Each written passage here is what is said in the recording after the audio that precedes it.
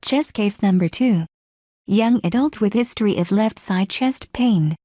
See the radiograph. Make a differential diagnosis and probable diagnosis. There is an extrapulmonary mass in the left hemithorax with destruction of the anterior aspect of the fourth rib, which is not visible, whereas the anterior third and fifth ribs are easily visible. Next investigation is post-contrast CT scan chest. This is very important case regarding VIVA. Given that the rib is destroyed, the most likely diagnosis is a malignant costal lesion, either a metastasis or myeloma, neither of which can be distinguished by imaging. CT confirms the rib destruction and the extrapulmonary mass, arrow. Final diagnosis, metastasis from hepatocarcinoma. Extrapulmonary masses are easily identified by their typical appearance, location in the periphery of the lung, well-defined outline, and obtuse angles at the corners, pregnancy sign. The differential diagnosis is simple: they may arise from a rib, metastasis, myeloma, chest wall, extrapleural fat, or pleura, pleural tumor, loculated fluid. Involvement of a rib is usually visible in the chest radiograph and narrows down the diagnosis to a malignant rib lesion. If no rib lesion is visible, the lesion can be of soft tissue density, tumor, water density, loculated fluid, or fat density, extrapleural fat. Differentiation between densities can only be made by CT.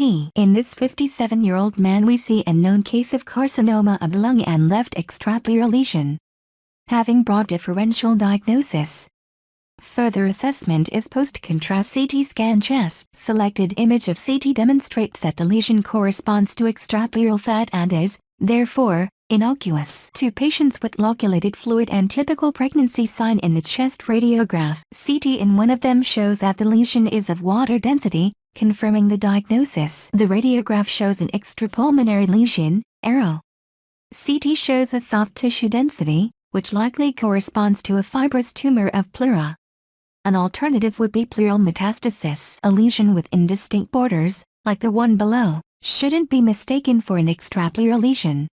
The ragged border in this case indicates a peripheral lung carcinoma invading the chest wall or, less commonly, a chest wall lesion invading the lung. Please, is very important point to remember. Extrapulmonary lesions are recognized in the chest radiograph by the so-called pregnancy sign.